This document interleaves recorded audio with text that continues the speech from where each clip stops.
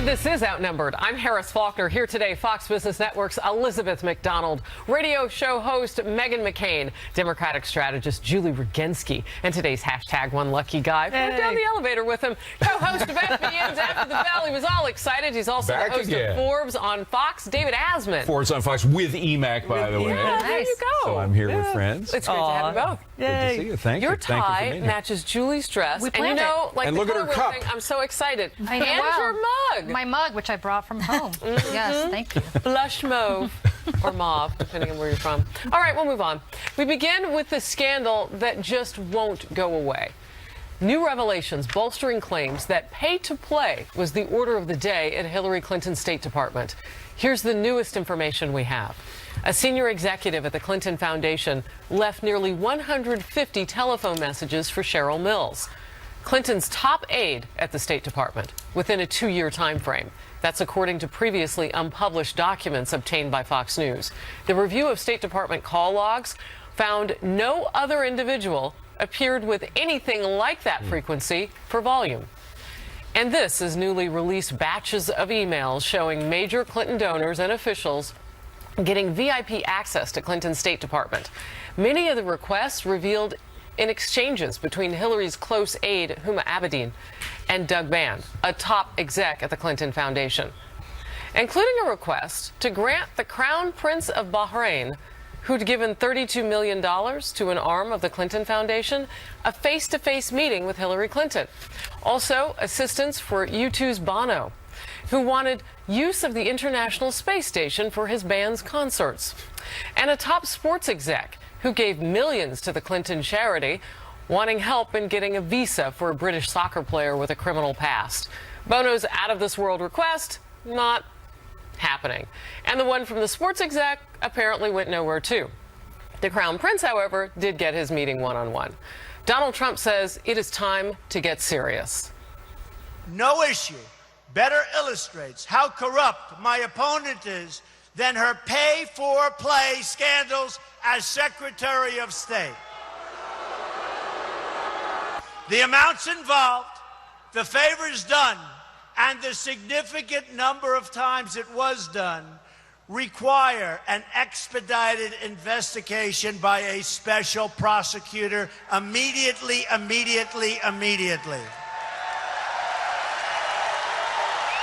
So right as I was reading this late yesterday, I sent a note out to our team because that sounded different than she needs to close the foundation and saying things that chided Hillary Clinton. This seemed to me to take it up to a new level. Well, she's not going to close the foundation, for one thing. They've announced that they're not. They're going to pull back a little bit, but insignificantly.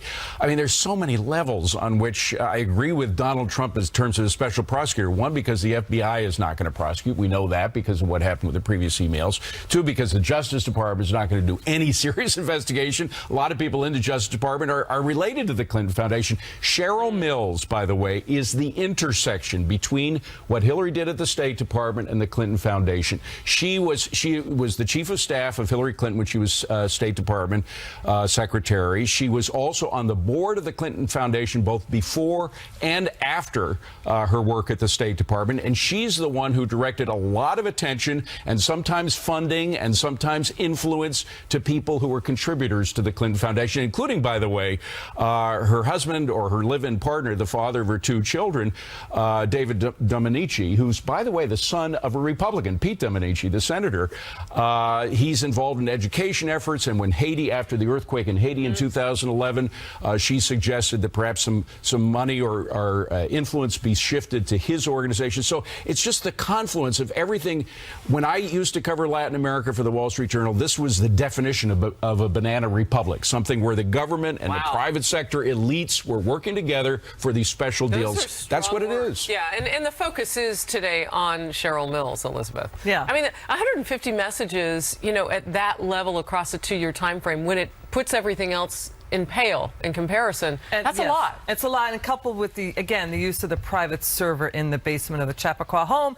So you ask yourself, you know, in the past when the the State Department turned over emails, and many of them, tens of thousands, were erased, how many of those were considered personal that had to do with the Clinton Foundation? That's the question that I like to know. And the other thing, too, is yes, the Clinton Foundation has new rules, basically saying, we're going to crack down on donations, million-plus donations in corporations and foreign governments. Well, that's more than half of the donations that go into the Clinton Foundation.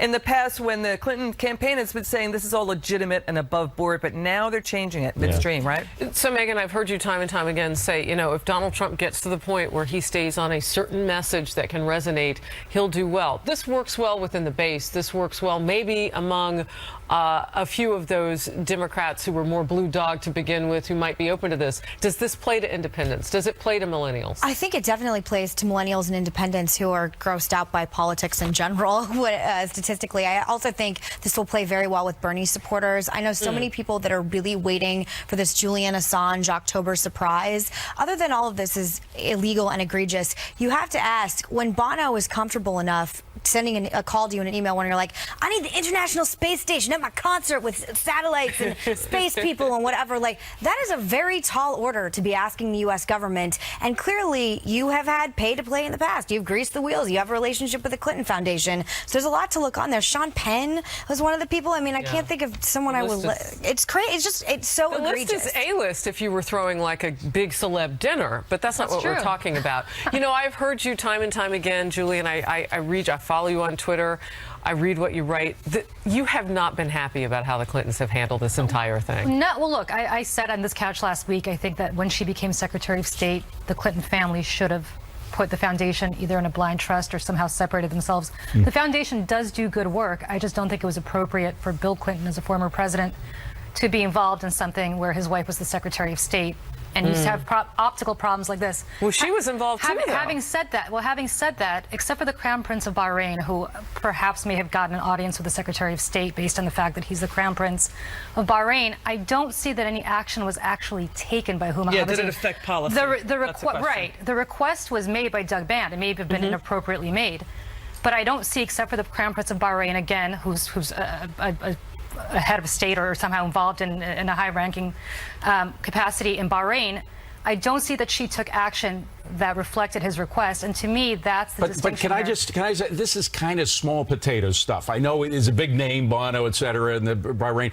When you think of the hundreds of millions of dollars, the billions of dollars that were involved in some of the transactions, for example, in Russia, Hillary's always talking about the Trump-Russia connection. Well, her Russia connections are far more dubious, I think, in many ways.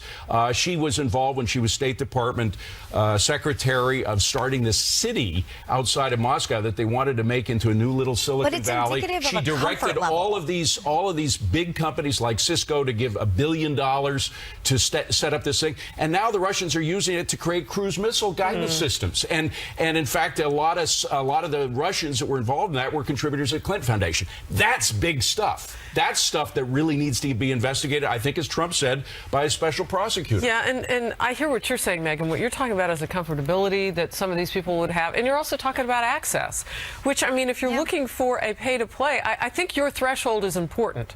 You're looking for any sort of, if you will, divots in policy and changes. That is, but this other threshold has already been met. It would appear with the access, special access. I mean, that's important to know. But let me just say this, and this is going to sound incredibly cynical and depressing to everybody on this couch, and certainly to everybody watching. But we all know that people who donate to politicians get special access. It happens. That's not true. Oh, yes, they do. Come on, not everybody is like this. Listen, not everybody is like the Clintons. You donate $5,000 to a fundraiser. You show up to the fundraiser. There's still a lot of good people left in politics. You get to shake hands. Even after this election, I still believe there are a lot of good people left in politics that can't be bribed. It's not that aren't going to just call up Sean Penn and Bono. No, there are good people left. Wait a second. I'm sorry. I am not going to give in to the idea that all politicians are like the Clintons, and if you give them enough money, you can literally have access to whatever you want. But Julie, there's one exception to what you say, which is there has never been, and I hope there never will be again, an institution like the Clinton Foundation that has used the power of a former president and the power of a future president to direct funding that affects U.S. policy and security. He turned the Lincoln bedroom into the Motel 6 when he was president. Something? I mean, this isn't going to stop. I'm just saying, like, the idea that Bill and Hillary Clinton are indicative of all other presidents. I don't think George W. Bush had this kind of relationship with celebrities Let me and big say donors. this. I think it is absolutely irresponsible to say that all politicians, it's pay to play at the level that we have said and has been exposed today of the Clintons. All right, may I speak? Thank you. If I write a $10,000 check to any politician to go to their fundraiser, guess what? I have special access to seeing that politician that nobody out there does. And that's how it works in the real world. You and couldn't know that direct as well as foreign I do. policy with $10,000. You're That's a whole absolutely different right story. that is depressing, and It that's is how you depressing. set it up. And Yep. Elizabeth, I'm coming to you next first. Oh, wow. After the second. Tall order. Sat there so patiently. President Obama is set to land in Louisiana this hour, where he will tour the communities decimated by flooding. His visit coming under a cloud of criticism that it's just too late, Mr. President. What it all could mean for Donald Trump, who visited last week. And Mr. Trump is repeating claims he's made before in an attempt to win over minority voters. Last night he asked, quote, "What do you have to lose?" Hillary Clinton says Trump's approach appeals to fear and stereotypes. We'll debate it. You bet we will. It's getting spicy up in here. And when the TV version of us wraps up, we go digital, popping up all over the place. Go to foxnews.com/outnumbered, tap the overtime tab, and you'll see us there. Or Facebook. We'll be streaming live. Our page is Outnumbered FNC. Hit us up anytime on our Twitter pages. They're going to lead them. Are they on the screen? There they are. We're going to read our tweets in the commercial. Stay close. President Obama is set to arrive in Louisiana later this hour. We're told he will tour the devastation in and around Baton Rouge from deadly flooding there. According to estimates, damages are more than 100,000 homes now. Critics say the president should have cut his vacation short to go there last week. But the White House is rejecting any comparison to then-candidate Obama's criticism of President George W. Bush for flying over the damage left by Hurricane Katrina. Remember that. Now that You've presented a very apt illustration of a focus on optics over response. And I think that certainly that infamous photo underscored the risks with that kind of an approach. I think what's notable about Hurricane Katrina, Mark, is that there were Democrats and Republicans in Louisiana who were critical of the federal government's response in the immediate aftermath of the storm. And I think the failures of that response have been well documented. What's notable about this situation, what's different about this situation, is that in response to this flood, you've got Democrats and Republicans in Louisiana praising the federal response. The White House also denies Donald Trump's visit to Louisiana on Friday forced Mr. Trump's hand. And this development, now Hillary Clinton says she will go to Louisiana eventually. She says this, quote, "The best way to help Louisianans affected by these terrible floods is to make sure they have the resources they need today. I'm committed to visiting communities affected by these floods at a time when the presence of a political campaign will not disrupt the response, to discuss how we can and will rebuild together." Real quickly, Elizabeth, actually the governor and other officials this past weekend went on record with having Donald Trump there put more spotlight. They were not getting the news coverage that they... So I'm not quite sure where she's getting it there, but let's talk some numbers, shall we? Yeah, that's an important point because, the Times-Picayune columnists are saying, hey, where is the federal government? Where's the media attention? When we have people looking at what's happening, then we can get help. That's usually what happens after a disaster. They're very upset about that. So, they're talking about right now, now the White House saying, 120 million more in federal aid will be directed. Happened. This just broke moments ago, coming toward Louisiana. So here's the thing. I mean, all right, so if everything was okay, then why is the White House now saying, oh, we're going to pony up more money? Here's the problem with ponying up more money, though, as we saw after Katrina, and David's been all over this reporting it, it turns into a pork storm. I mean, Katrina, basically, you saw money blown on soccer balls for government officials or new laptops. Right. And the money didn't go to the people that needed the help on the ground. So, the White House will say, well, the president didn't go because he didn't want to pull necessary security resources away from the people who needed help. Nonsense. You go down there immediately to show solidarity with the people who are suffering so badly in Mississippi and Louisiana. Yeah, a couple things. This was not a named event. This wasn't a Katrina or a Sandy. But, many scientists have said and forecasters have said this is the worst thing we've seen since a Sandy. So one thing we know is that when you have a rain event like that, it can go on for days and days and days, and it can be sometimes the equivalent to one of those types of storms. Yes, and so right. It didn't get that build-up in media coverage because it was raining. Right. And That's because right. the president was in Martha's result. Vineyard. Well, and golfing. And I don't believe, and we talked about this a little bit yesterday, But I don't believe that he wouldn't have known that he was being videotaped golfing, right? Because you have to get clearance to get onto the golf course. Like, you can't just pop up with your smartphone. There's a sensitivity level here that's completely missing. I mean, if this were a Republican president right now, the media would be going absolutely, you know what, crazy. And there's been articles written about this. Joe Concha of The Hill wrote an article about the absolute media bias and double standard. I also want to stay on the point of Hillary Clinton and President Obama saying, oh, I don't want to turn this into a media circus. I've been with my father many times. Never underestimate the power of a politician going into a situation when people are in crisis, feeling like they need support and help, and that they are heard and that they're not alone. And to sort of belittle that, I think, is actually borderline cruel. So, Julie, I have to ask you what you think might be going on behind the scenes. You've seen, you know, this is not a campaign, but he's helping somebody with a campaign. So he's kind of an extension of the Hillary Clinton campaign today. Yeah, look, what he should have done is gotten off the golf course, gone on national television and said, these people are hurting. Here's how you can help. Here's how you can volunteer. Here's how you can donate. He should have absolutely done that. There's no excuse not to have cut your vacation short by a few minutes to do that. He could have done that from the vineyard.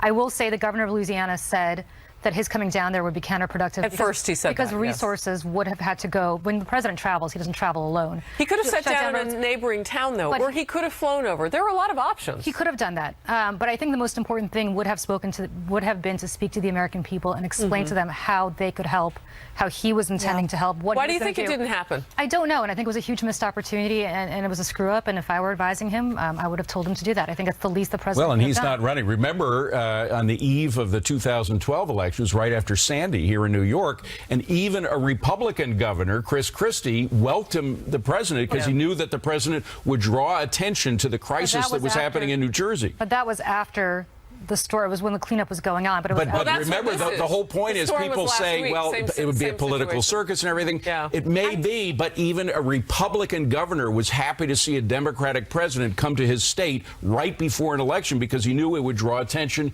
and help to the people in his state. Last word, Elizabeth, on this? Well, listen, I just want the people to get help. That's period. Yeah. And I Amen don't to that. want it to be frittered away at the state or local level with politicians using it again for their own, I aggrandizement. know you like to trace the money on those Yeah, things. money flows. That's right. All right. Donald Trump doubling down on comments he's made before in reaching out to Black and Hispanic voters. Trump asking a crowd in Akron, Ohio, quote, what do you have to lose? Telling them if he's elected, he'll make sure everyone is safe, and using some tough language on urban crime. Watch.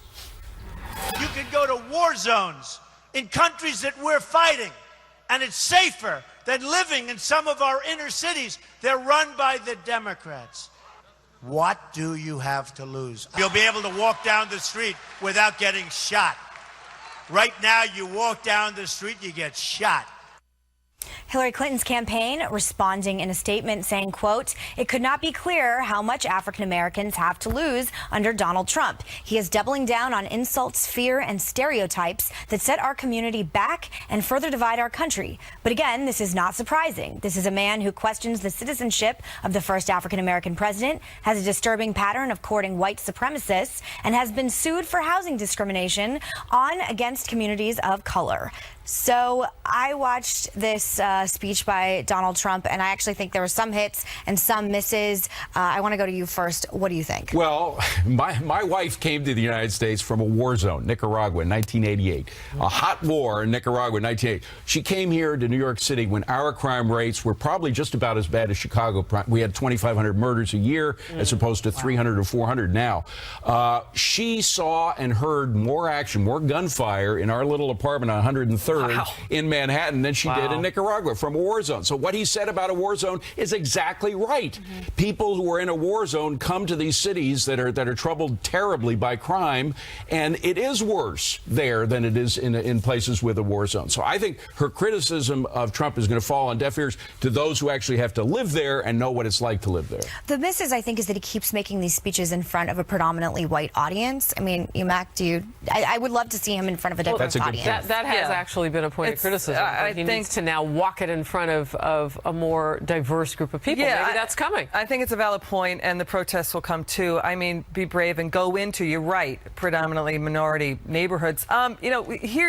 Here are the facts. In 2012, President Obama won against Mitt Romney. The margin of victory in 7 key states were because of the African-American vote. And it was Florida, it was Nevada, it was Maryland, it was Ohio, it was Pennsylvania. That's what Donald Trump is up against. So in order to do this right, you're right, Megan, I think that Mr. Trump does need to go into predominantly African-American neighborhoods and make speeches like that. Julie, what did you make of, he said, minority voters, and he's talking about apocalyptic terms, talking about the war zone. You can't walk down the street without getting shot. Well, he's talking to all minority voters, right? Is that what he's talking to? Because 3/4 of those minority voters are middle-class families who don't live in war zones, don't want to be stereotyped that way. And what he's doing is awful. If he's specifically speaking to people who live in bad parts of Chicago who are at risk every day, fine, but that's not what he's doing. He's appealing to all African Americans and people of color and saying, hey, by the way, what do you have to lose? Well, you know what they have to lose? They have to lose living under a president who thinks of them as people who are in the ghetto. That is the most stereotypical, offensive thing I've heard. I didn't hear it that way. I heard the words that he said. He was talking about urban America. He was talking, and I took that the flashes that came into my mind were Ferguson. They were Baltimore. 40 years of Democratic leadership in Baltimore. But that's not who he's speaking to. He's speaking to all minority well, voters. he's in people groups that are that afraid Megan of is where they saying, live. and she's right about this. He's in groups of people who are predominantly white as he's making the statements. But as he's talking about urban America, yeah, that is what he's talking about. He's talking about getting shot on the streets of Chicago. I got to tell you, you know, what that said to me is that he probably hasn't really been around minorities too much in his life. Because if you're stereotyping Julie. an entire minority community that way, Are you saying because we have a black president, he wouldn't understand what you're going through? That's not at all what I'm saying at all. I'm Okay. saying that I hope my black president has been around some white people so he understands their experience. I would hope that this guy has been around black wait a people and minute, in some ways But thinks people that look doesn't like just you think. aren't the only people who can solve your But problem. wait a second, that's not at all what I'm saying, Harris. All I'm saying is if he's stereotyping African Americans and saying that all African Americans are living in some ghetto project, where in other words they did not can't. think it that way. That's exactly what he's saying. No, He's saying that's to not what he's minority saying. voters, what do you have to lose? That's not what I've I'm heard. sorry, that's not what he's saying. Donald Trump is saying that economic growth would help these neighborhoods where they are afflicted by high levels of murder Urban and neighborhoods. crime. Yep. A job would help it. Would help stop that. The color is economic green, growth would help. not And white or advanced black. policing that created the situation in New York, turned it from a hellhole into a slice of paradise What is here. he proposing? What is he actually proposing The to same do? kind of stuff that Economic Rudy growth. Giuliani did in the mid-'80s to turn, or in the Is that what 90s he's to proposing? turn New York around. Absolutely. That's He's what got you're- Rudy Giuliani as one of his top That's advisors. what you're proposing he's That's doing. what Rudy Giuliani is proposing for him to do to No, turn I these haven't neighborhoods seen- I around. haven't seen Donald from Trump- crime-infested neighborhoods David, into neighborhoods where people I can haven't walk seen down the any street without I being haven't afraid. seen What's any- wrong with I that? haven't seen any specifics from Donald Trump as to how he's going to turn around these inner You cities. hear it None. all the time in terms of what economic Rudy's growth. saying, what all of his advisors are saying. Of course you do. I want to interject this because Real Clear Politics, if you check it daily as we do on Outnumbered, there is a tightening, and they're looking at polling across the nation. So I know we look at a lot of the battleground states, but our producers are letting me know that Hillary's at 47%, Trump is at 41.5%. Now, we don't have necessarily the demographic breakdown. Something's working because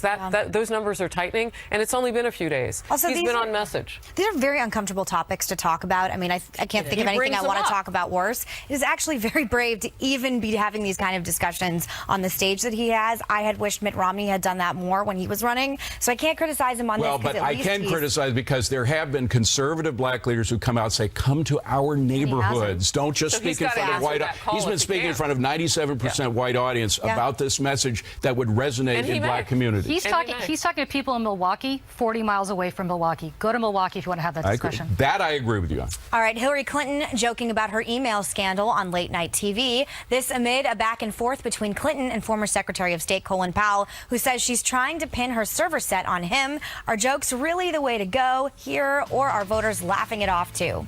Stay tuned. Welcome back. The back and forth between two former secretaries of state is heating up. It started when Colin Powell pushed back on reports that he gave Hillary Clinton the idea to use a private email server while she was Secretary of State. He told the New York Post over the weekend he did not remember any such conversation with her and that she was using a private server before he sent her a memo about his email practices.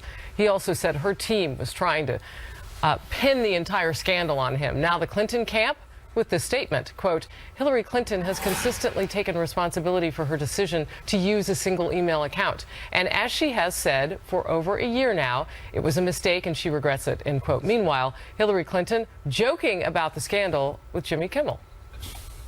Are you concerned about that? No. I mean, I would be terrified if my emails were released. Jimmy, my emails are so boring. Yeah. And I mean, I'm embarrassed about that. They're so boring. And I've already released, I don't know, 30,000 plus. So what's a few more? So she's embarrassed about them, Julie, but she deleted thousands of them, tens of thousands of them. I've never defended her behavior on this, and there's no excuse for it. I don't know what else to say other than she should never have set up this email server at her house.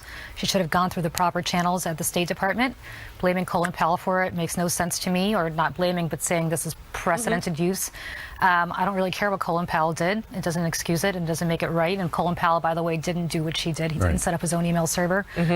So saying he had his own AOL account, by the way, people still have AOL. I didn't know that.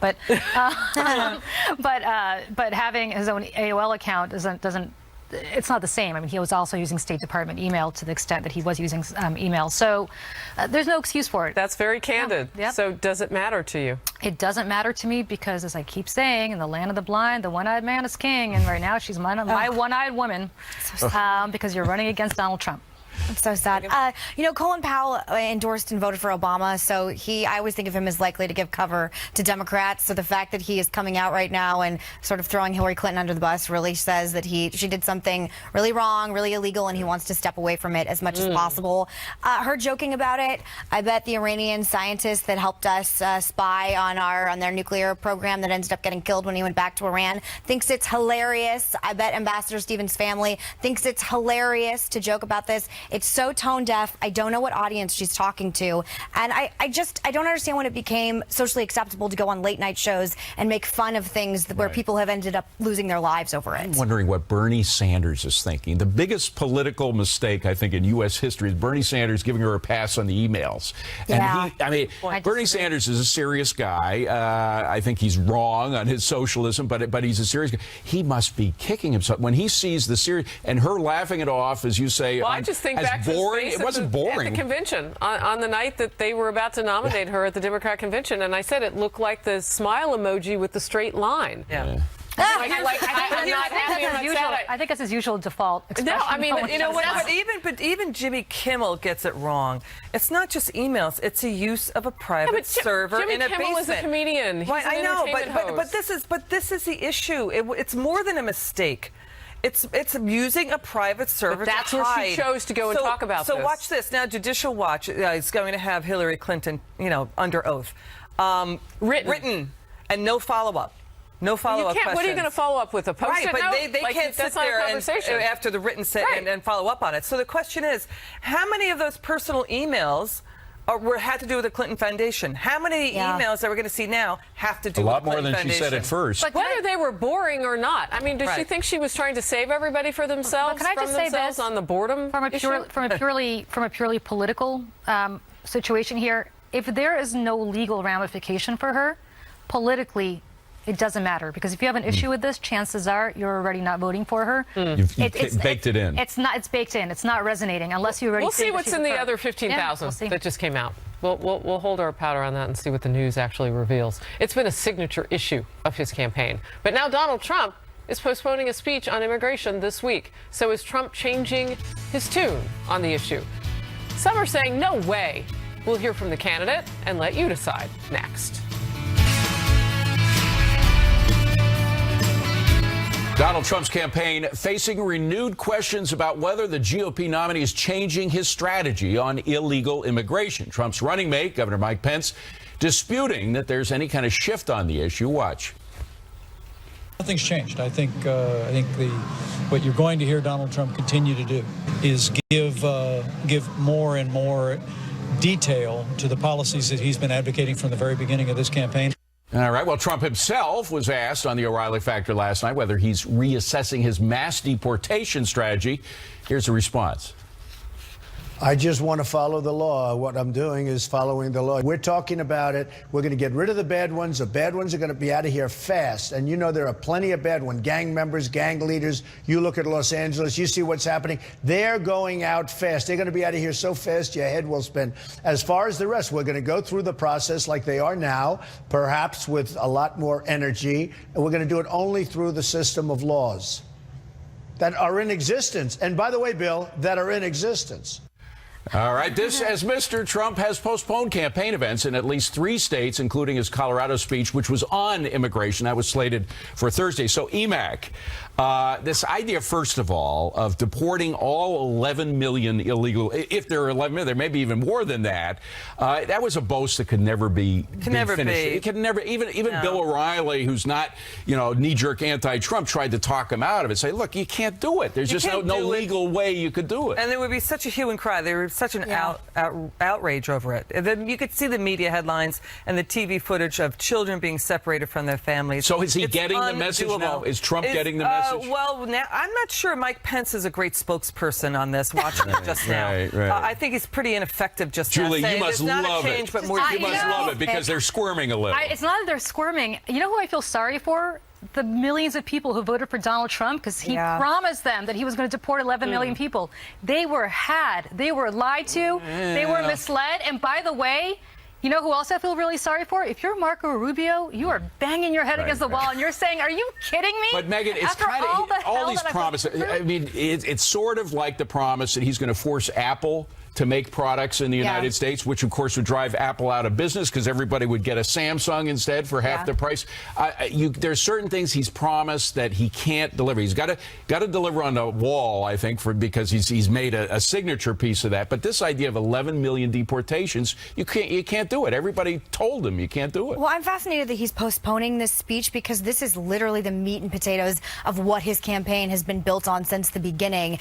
Mexicans are rapists, they're criminals. We got to deport everybody. Everybody's bad. The long-term damage that this is going to do to the Republican Party is going to be akin to Barry Goldwater in '64. Well, Megyn, for anyone who sorry, yes. Yeah, you raise a good point. Why postpone Colorado? Again, Colorado, the margin of victory for President Obama was the Latina vote in 2012 in Colorado. What I want to know is, and I'm with Julie on this, I actually think he probably will pivot against as extreme as he has been, is will his hardcore supporters follow the cult of personality? Because even people like Ann Coulter have said things that I don't even think I can repeat on TV about that this is the only thing that matters to people. So if he reneges on the one issue that's so important to the alt-right and base conservatives, who is he? But can you make, Harris, lemonade out of lemon? He's got a problem here. He's got to pull back on this. There is one thing that all immigrants have in common, a horror story about how horrible our immigration system. I'm sure Julie knows about it. I know I have a family member who just now applied in 2003 for a green card and just now got the green card. A legal person. If he's going to postpone a speech and he's going to,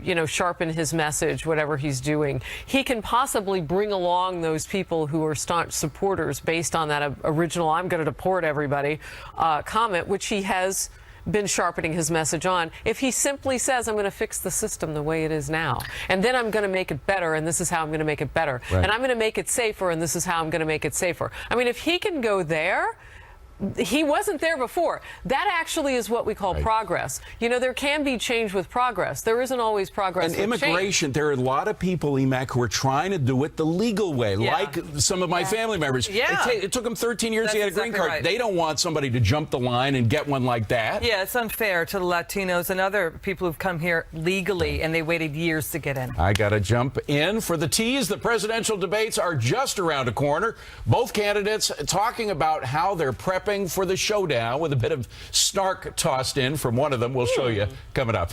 We like snark, right? Yeah, well, that's how we get together. More Outnumbered in just a moment. Let's go to Jenna Lee with what's coming up in the second hour of Happening Now. Hey, Jenna. Hey there, Harris. Next hour, some new numbers in the massive flooding in Louisiana. They are stunning numbers. We got a live report as President Obama arrives to tour the flood zone. You'll see that live during our hour. Also, Democratic vice presidential nominee Tim Kaine touring an aerospace plant, holding a business roundtable in Lakewood, Colorado this hour. Hillary Clinton's getting ready for a star-studded fundraiser in Southern California before raising more cash in Silicon Valley. In the meantime, Donald Trump also doing his own fundraising fundraising today in Texas, in Fort Worth, and Austin, before appearing tonight in the Hannity Town Hall. His campaign says they're going to return to the battleground states tomorrow with an event in Florida. So that's their game plan for today. We'll have a panel top of the hour to discuss what he's going to do next. All right, we'll see you then. Thank you. Let's go to the live pictures right now of the president's plane that has just landed in Louisiana. So as we mentioned earlier this hour, this will be the first time that he'll tour the devastation from days upon days of flooding and the aftermath of all of that from last week. At least 13 people died. At one point, 82,000 people were out of their homes and in shelter. Some of them have gone back to find, well, that there's nothing left, or that they will not be inhabitable for a very long time. Also, some 100,000 homes thought to be badly damaged in all of this.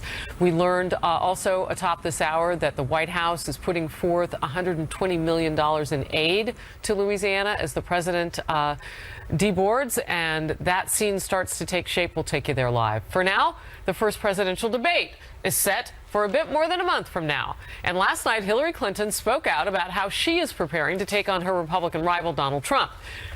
Here's what she told Jimmy Kimmel.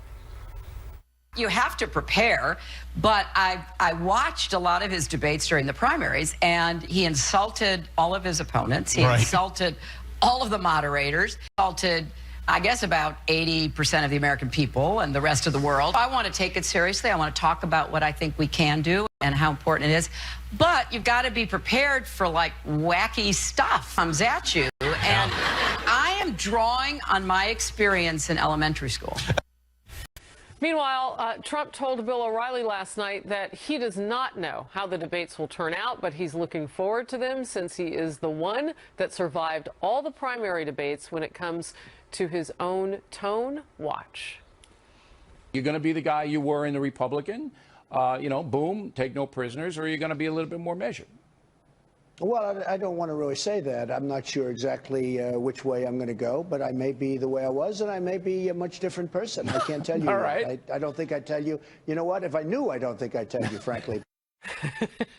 Close to the vest, he's playing it. So I wonder how you know what? I'm just going to turn and talk. Okay. Because her dad has prepped for a lot of debates. You've been there. You say it's one of your favorite processes to watch. Easily, yeah. Because they isolate the candidates and you get to leave the static out, and then you have to have people sub and pretend to be the opposite candidate. By the way, who do they volunteer for it? Yeah, they do volunteer. Yeah, well, my dad's staff did it, but I understand that they're actually looking for someone to play Donald Trump, which I said if they were smart, they would hire Jesse Waters and just give him $10 million and say, come in and pretend to be Donald Trump. You think it would cost $10 million to I think it would cost a lot of money to get him to go and help Hillary Clinton, yes, or whatever it's doing. But I'm really looking forward to this. I actually think she shouldn't get too cocky. He's really good on his feet. She could end up having a coughing fit, and then it'd be like, look, she's not ready. This is going to happen. Anything could happen. I disagree. Just because I think her strategy is going to be very simple. She knows the policy stuff. She's going to focus, I bet Julie will back me up on this, on baiting him. She knows that once he is baited, once she attacks him personally, he will get off his talking points about the Clinton Foundation, everything else, and focus on defending himself. She's already said, in a line that was memorable, that this is a man who can be baited with a tweet. So let me say this. I actually do debate prep for a living for a lot of politicians. And you do? I do. Awesome. And as a staffer, there's nothing more cathartic than playing the opponent of the person that you're training, because you get all your aggressions out on them. It's fantastic.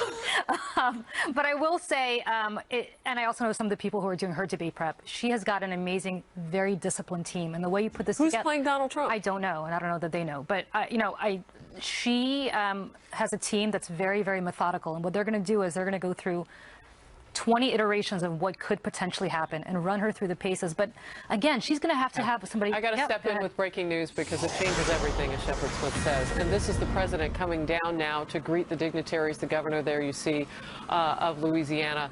He's talking with people there on the ground for the first time since the devastation hit. You see the governor at the top of the screen now, kind of blocked by the president for a moment there. The point in all of this for the president is to talk about the $120 million that's now been released in funds to help the families, the communities there to recover from days and days of rain, which were not a named event like a hurricane, but they did the kind of damage that a sustained event can do with such a deluge of water. There are so many people who are suffering there. It is hot. It is sticky. Think about it. Mosquitoes. Think about it. Your next food. Where are you going to plan? Are you going to stay at the shelter that night? Are you going with family? I mean, having covered these areas, it is heartbreaking to try to recover in just a few days. And while the president said, and the governor had given him some cover, Democratic governor there had given him some cover by don't come yet until we start to recover from the crisis, we do know that when a president touches down, it does change the focus of an entire nation. And so when you have the Red Cross or the Samaritan's Purse or BRAF, BRAF.org, I'm giving you some ways to help there. When you have those organizations that are trying to help people on the ground, the president's actual physical being there can kind of change the perspective and get people to open up their checkbooks. It makes a difference. He's been criticized for not having been there and for the optic of golfing on Martha's Vineyard while this event was playing out. The nation saying all over social media, where is the president? Praying for that community as we all do. So we bring you these pictures with President Obama on the ground in Louisiana to give support. We're coming right back. Stay close. We had such shy people. David Asman, thank you. Right. I hope I didn't shake things up too much. Actually, I hope you have did. Charlie It's happening Gasparino. now.